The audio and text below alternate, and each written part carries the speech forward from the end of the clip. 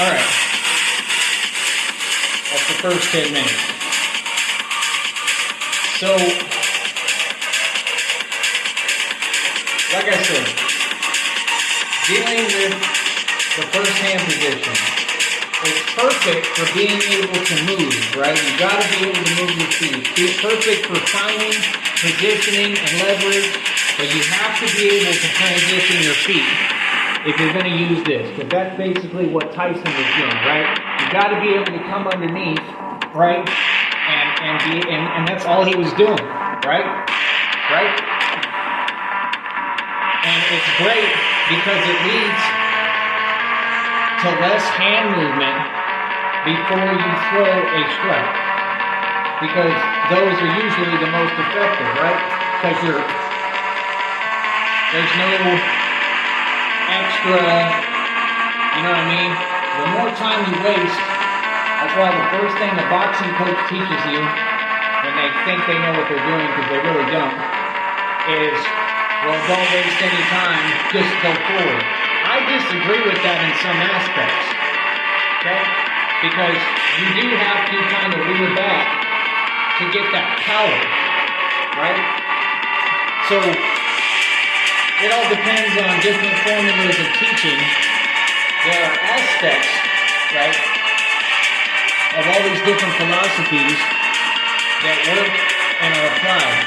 Bruce Lee taught that you have to learn all the systems. You have to be open to all martial arts. You have to be open to all input and advice.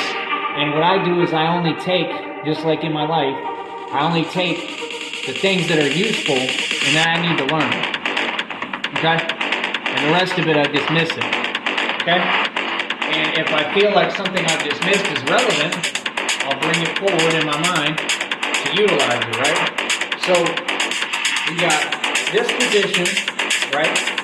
And you've got all the head movements. So you have to constantly, and this is why we're going to be doing the one-on-one training, because I have to have where I'm seeing on video what you're doing, and I have to teach you, right? I mean, this will take hours.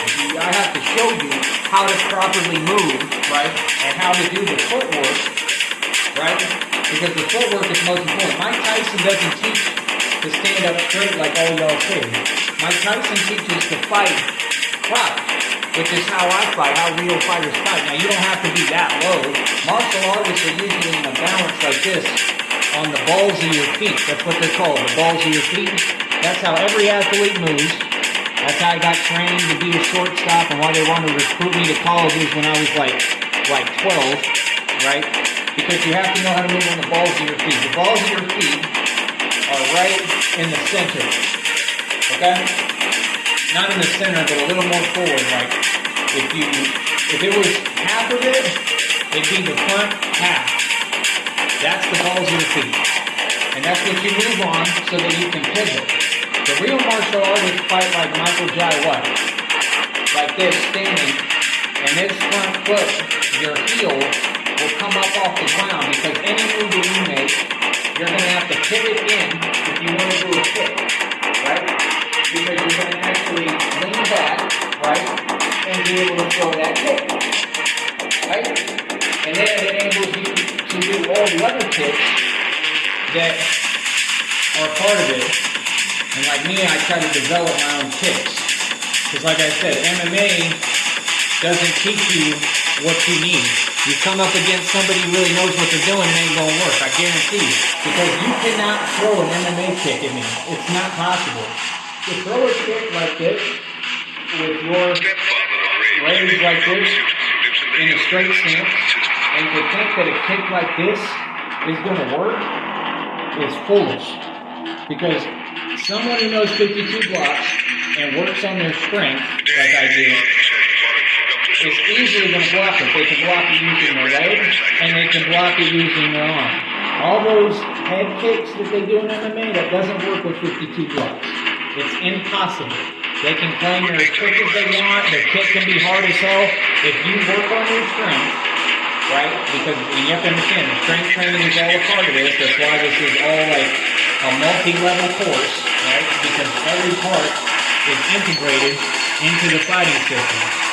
Okay? And no one's ever taught it like this because nobody knows it like me.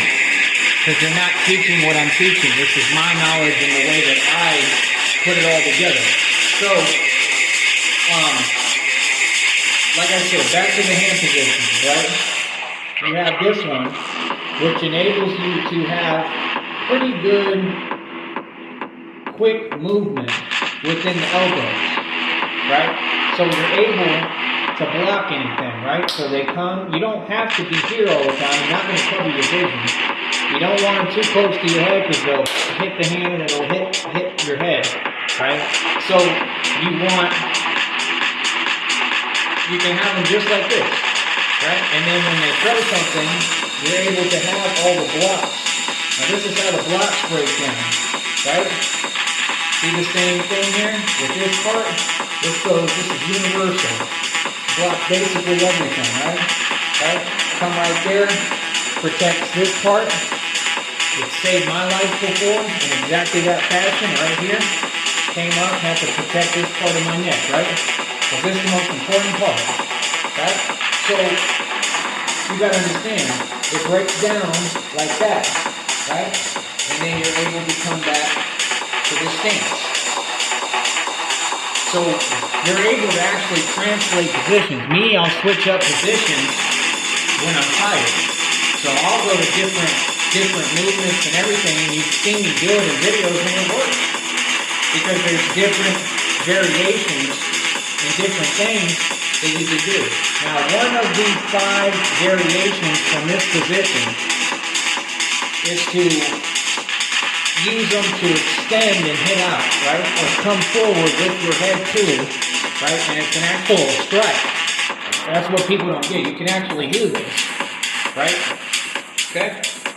So like I said, we'll go over all of it to the best of my understanding, but there's supposed to be 5 different variations out of all 13 positions. Okay? So, for now, right, we'll go into the next hand position, right, which is right here, right?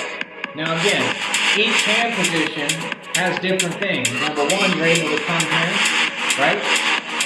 You're able to you're already blocked basically, right? If they try to throw something, you can come like this, right? You can come like this, because you're already here, right? And these are the first 3, right? And all it is different levels, right? You're able to throw an elbow if you need it, right? It's great for the elbows because you already have quick access to it, right? Right?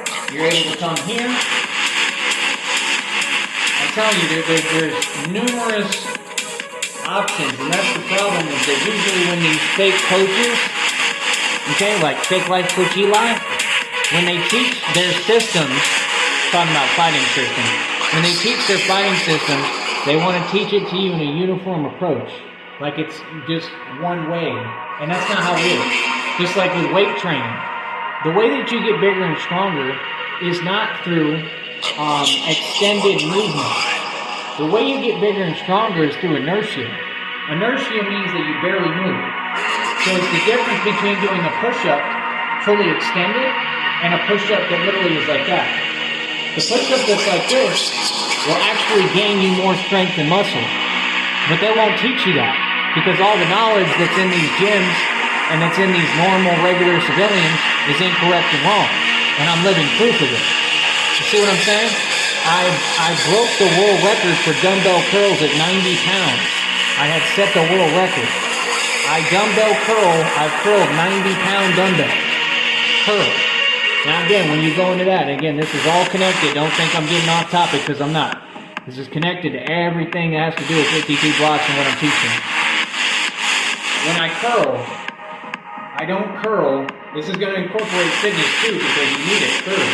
You have to have the strength up for 52 blocks. If your strength ain't up and your weight ain't up, you can learn all these different martial arts or whatever. It won't matter. Just like they already did studies, and a thug is going to win a fight against a black belt every time because the black belt is only being taught uniform movements. But the thug knows how to fight with his adrenaline. See, when I train, I never do sparring, ever. It has to be a full all-on fight.